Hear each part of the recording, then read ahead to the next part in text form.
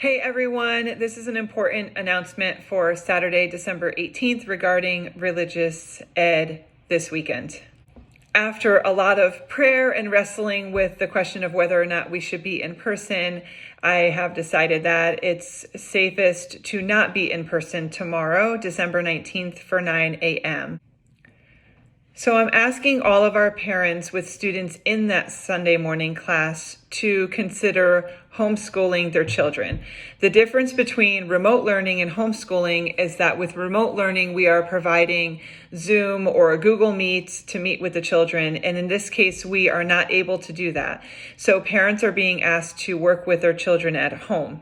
In the email I'm sending you, I'm giving you some steps that you can take to make this as painless as possible, hopefully.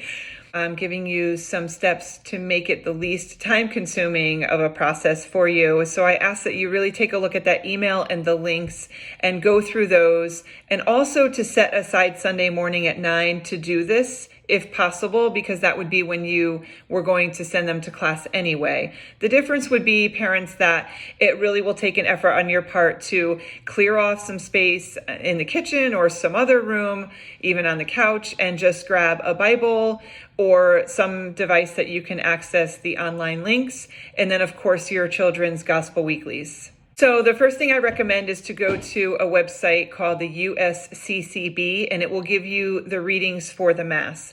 My suggestion is that you either listen to the readings or read the readings on the website. That way you have an idea of all of what is happening at the Mass in terms of the readings, which will help the kids understand hopefully a little more about the gospel. The gospel is being used in the Gospel Weekly to discuss the life of Jesus and how the kids can apply it to their own life. Second, parents, one change is that I am asking all parents to submit for their children an online assessment. So this is a really simple 5-question quiz. I will provide a link and also an instructional video on how to do the online assessment. There is also a Spanish option. My suggestion is that the kids would first look at the 5 questions in their assessment, depending on their level, whether it's promise, good news, venture, or visions, and then go to their Gospel Weekly and find the answers to those questions. So please, parents, try this out for this weekend, and a catechist or family outreach team member will reach out to you and find out from you how the experience was and what more we can do to help this be a positive experience in your home, this faith sharing as a family. So for December 26th, we were not planning to have in-person class. And if you notice, your Gospel Weekly covers 2 weeks, December 25th, Christmas, and then also January 2nd.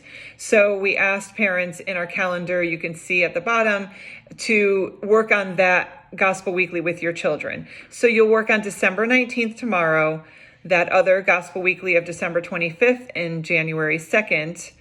And then our next family Mass is January 9th, where we do not have 9 o'clock class. So it will be not until January 16th that we see your kids again for 9 o'clock class, God willing. But this has been a difficult decision for me, but I definitely feel it's the best one for all of us. And it is a joy, really, to be able to work with the kids at home.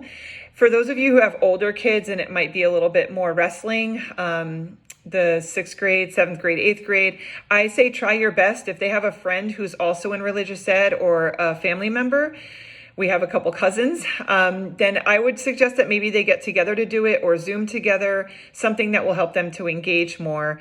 Just do your best, parents, to see if they'll sit down and go through those 5 questions and submit that for us.